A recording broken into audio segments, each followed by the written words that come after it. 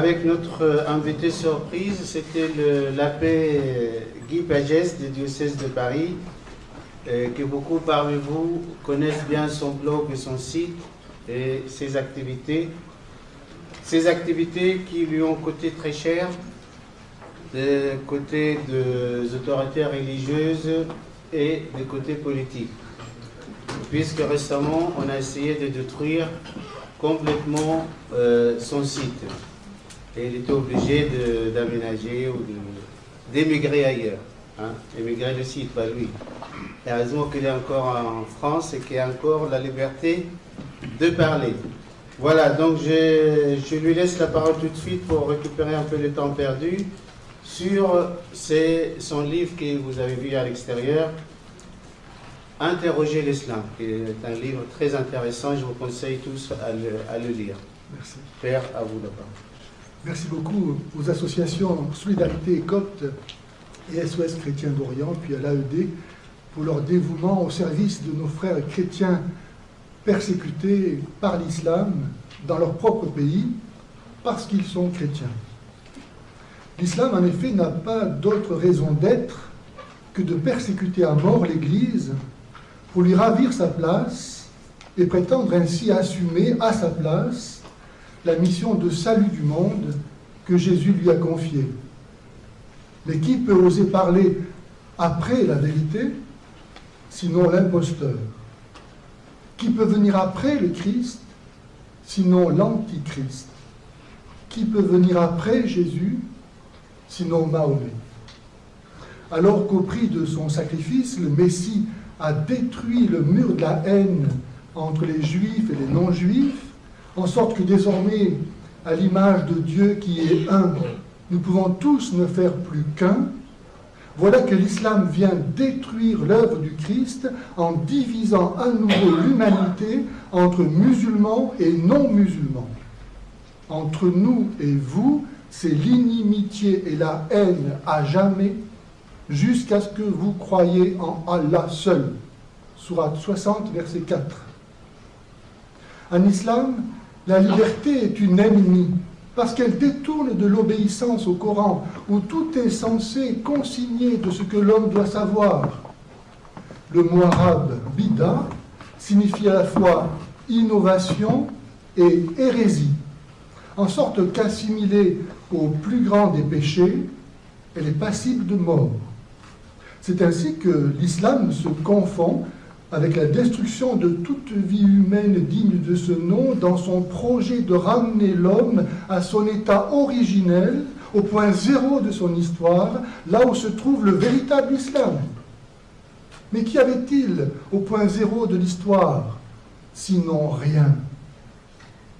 Malheureusement, l'Occident, qui a lui aussi rejeté la foi chrétienne, est en train de perdre la liberté qu'il avait par elle reçue, selon cette parole de Jésus: si vous gardez ma parole, vous connaîtrez la vérité, et la vérité vous libérera. Islam et laïcisme, bien qu'apparemment opposés, conduisent pourtant pareillement l'homme à l'esclavage. Aussi vrai que l'idéal de l'islam est d'être l'esclave d'Allah, un Dieu aussi irrationnel que cruel, et que le laïcisme, niant la vérité objective, lui préfère l'opinion qui rend l'homme esclave de son ignorance et de son orgueil. L'alliance des deux, que l'on ne voit que trop bien à l'œuvre au Moyen-Orient, est chez nous très bien exprimée par cette célèbre phrase de Roland Ries, sénateur maire de Strasbourg, disant: nous servons dans les cantines de la viande halal par respect de la diversité, mais pas de poisson le vendredi par respect de la laïcité. Au nom de la lutte contre le terrorisme, non seulement nos libertés sont peu à peu sacrifiées, mais l'islam est officiellement défendu, promu et financé. L'islam modéré, bien sûr, celui qui n'a pas le même Allah, ni le même Coran, ni le même Mahomet, que l'islam non modéré. Celui qui se pose toujours la question de savoir s'il faut modérément tuer les apostats ou les tuer modérément.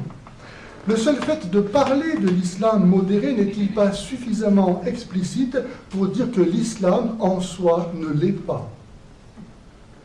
Le constat de cette complicité qui se noue chaque jour un peu plus sous les auspices du Dieu argent doit conduire les chrétiens à rendre un témoignage chaque jour plus fort à la vérité. Jésus a dit n'être né et n'être venu dans ce monde que pour ceci, rendre témoignage à la vérité. Le témoignage rendu à la vérité détruit l'empire de Satan, père du mensonge et homicide dès le commencement, comme le soleil levant chasse les ténèbres de la nuit.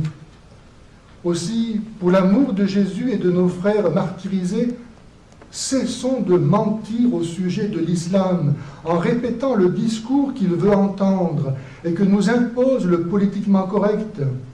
Cessons de vouloir croire que l'islam est une religion, ce qu'il n'est pas, aussi vrai qu'il ne relie pas à Dieu, trop grand pour jamais s'associer à une créature, suprême blasphème pour l'islam, et qu'il n'y a qu'un seul Dieu, un seul Messie et Sauveur, une seule foi, un seul baptême et une seule Église.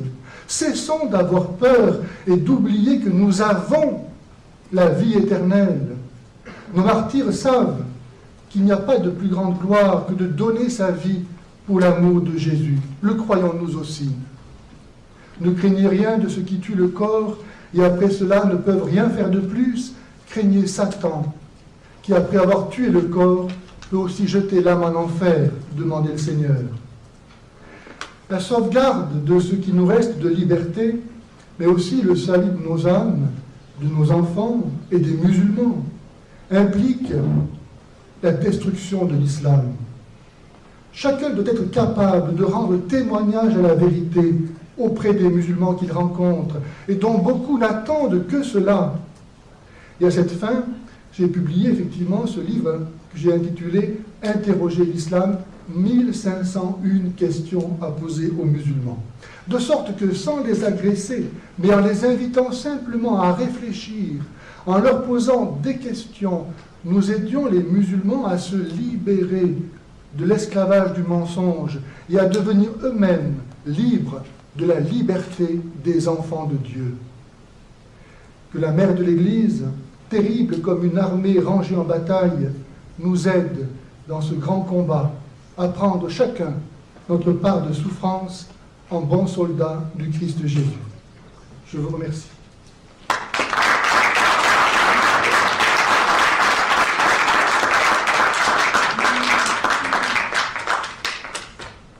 Message bien reçu, j'ai rien à compléter. Merci Père, c'est complet. Si les gens savaient qu'ils vont à l'enfer, ils donneraient leur vie au Christ.